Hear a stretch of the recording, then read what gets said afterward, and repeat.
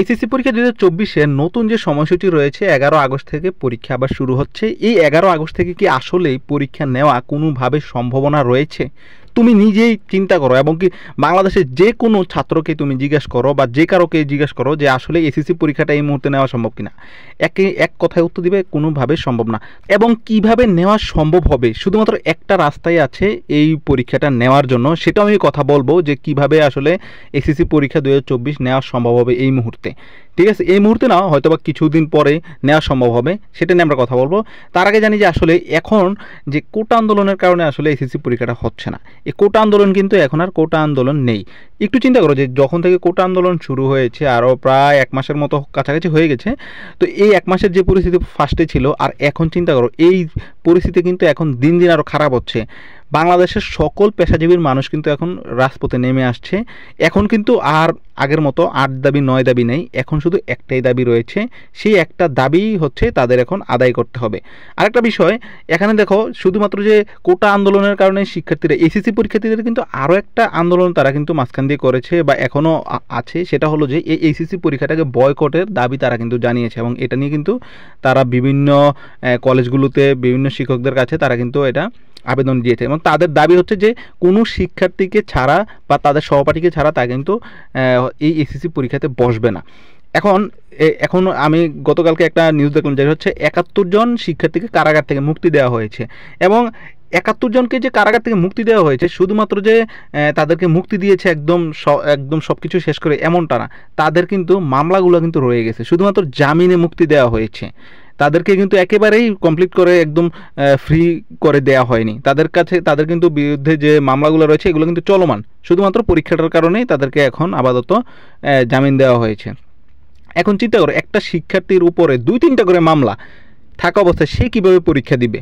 তার কি কোনোভাবে আসলে পরীক্ষা দেওয়ার মন মানসিকতা আছে? এটা নিয়ে কিন্তু অভিভাবকরা আবার আন্দোলনে বা তারা এখন আওয়াজ তুলছে যে শিক্ষার্থীদেরকে একেবারেই যদি ফ্রি করা না হয় তাহলে কিন্তু পরীক্ষাটা দিতে পারবে না। তাদের মাইন্ডে কিন্তু এখন ওই দিকে সম্পূর্ণ থাকবে যে অনেক শিক্ষার্থীকে রিকশা থেকে নামিয়ে নিয়ে মামলা দেওয়া হচ্ছে যারা কোনো আন্দোলনের সাথে সংযুক্তই নেই।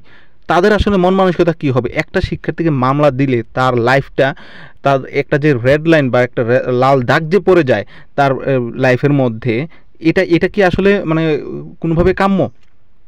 যাই হোক, এখন শিক্ষার্থীদের যে আন্দোলন এবং কি সকল শিক্ষার্থীদের যে আন্দোলন, এসএসসি পরীক্ষার্থীদের যে আন্দোলন, এখন সব কিছু মিলিয়ে এখন একটা দাবি এখন উপস্থাপন হয়েছে যে এক দাবি শুধু মানলেই এখন আশা করা যায় যে পরীক্ষাটা হবে। তাছাড়া আসলে এই পরীক্ষা, এসএসসি পরীক্ষা আসলে নেওয়া কোনোভাবে সম্ভব হচ্ছে না।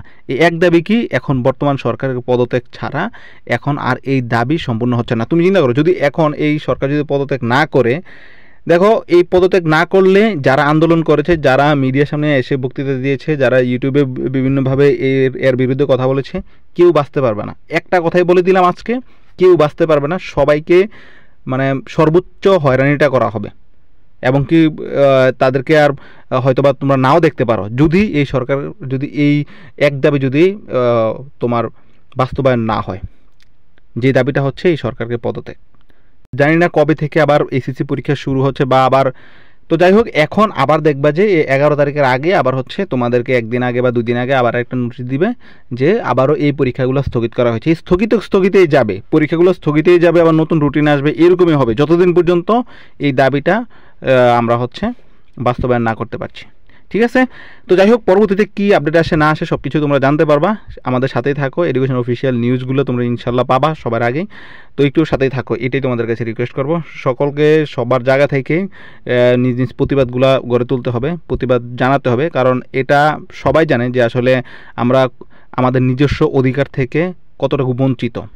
একটা কথাই বলবো, নিজেদের অধিকার থেকে, মানুষ হিসাবে যে অধিকার রয়েছে, একটা নাগরিক হিসাবে, একটা গণতান্ত্রিক নাগরিক হিসাবে যে অধিকারটা রয়েছে, সেটা থেকে আমরা কতটুকু বঞ্চিত, এটা সকল শ্রেণীর, সকল পেশার সবাই জানে যে আমরা কতটুকু বঞ্চিত। সো এই বঞ্চিতগুলা থেকে যেন আমরা রেহাই পাই, আমরা যেন আমাদের নিজ অধিকারটা যেন ফিরে পাই, সেজন্যই আমাদের এই আন্দোলন। ঠিক আছে, সকল ভালো থাকো, সুস্থ থাকো, সবার জন্য ভালোবাসা রইল। আসসালামু আলাইকুম।